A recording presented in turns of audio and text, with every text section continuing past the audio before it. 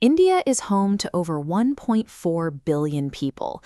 Governing a population of this magnitude across such a vast landscape is a logistical challenge of scale that few other nations have ever faced.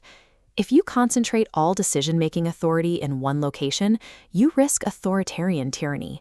But if you spread that authority out too loosely, you invite chaotic gridlock. The solution relies on a load-bearing architecture where authority is segmented across different levels and institutions to prevent any single point of failure. This structure relies on three interconnected pillars. The legislature creates the rules, the executive applies them, and the judiciary guards the boundaries. Governance operates as an active mechanical system. It is designed to protect citizens by ensuring that no single entity can exercise total control. This layout shows the bicameral structure of India's parliament. The Lok Sabha represents the people through direct elections, while the Rajya Sabha represents individual states. The president sits at the top as the nominal head of state, while the prime minister and cabinet hold functional authority. These branches are interdependent. The executive is drawn directly from elected lawmakers, meaning those enforcing laws also make them. This overlap creates a mechanism called collective responsibility. To stay in power, the cabinet must continuously hold the confidence of the legislature. If they lose that support, the entire government falls. In 1956, Railway Minister Lal Bahadur Shastri set a precedent for this responsibility.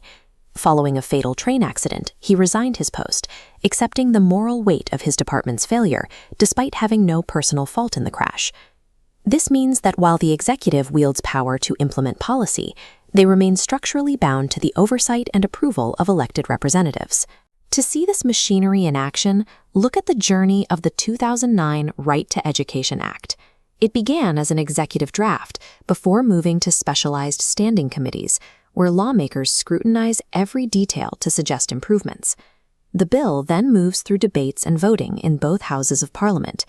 Only after receiving presidential assent does the proposal finally become an enacted law.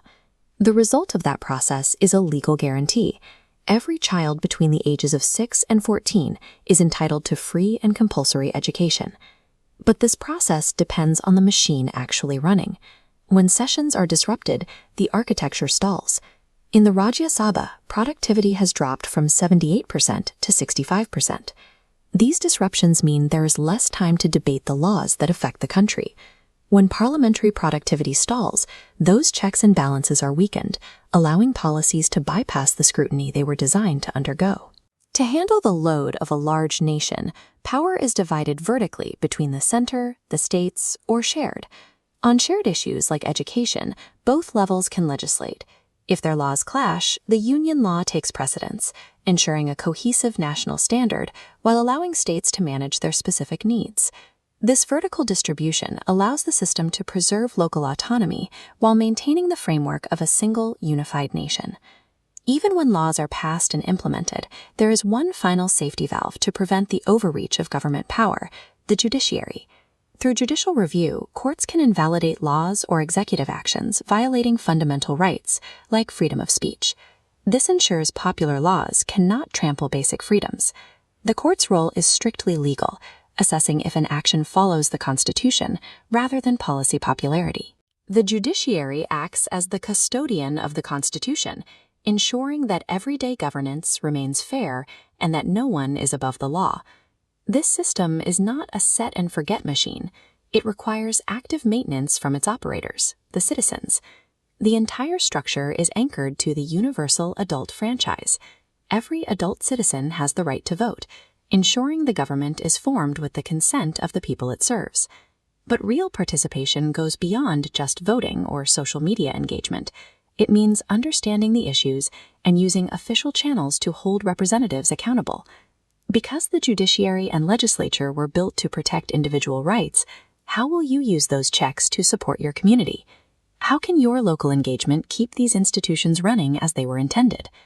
India's democracy was built to be resilient. Ultimately, it is only as strong as the citizens who choose to engage with it and operate it.